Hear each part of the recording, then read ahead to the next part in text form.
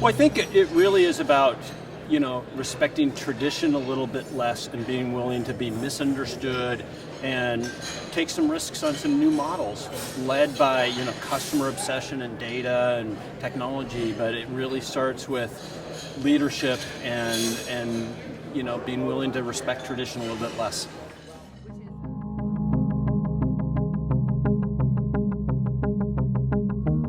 I think the way that either investors, venture capitalists, or teams that are being funded by them, they typically are either guided by their own experience and their own frustration within, or they get to know the customer and they don't try to address the entire customer base. They try to find an important customer base and understand their pain. And it typically is across an entire life cycle or entire value stream, not within one little component.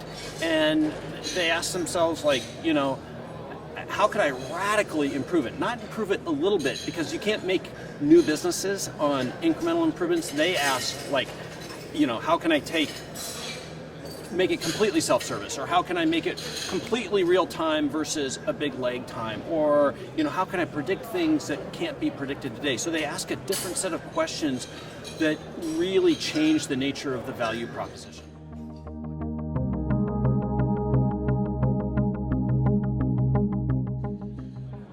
Change is hard, right?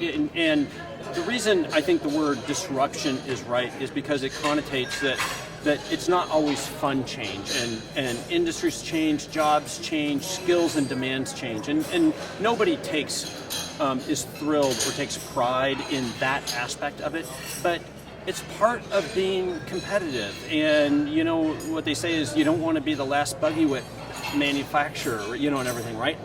Think about that's what's made our country really what it is, which is the ability to continuously reinvent the next cycle of innovation. And I think that's just where we're at today.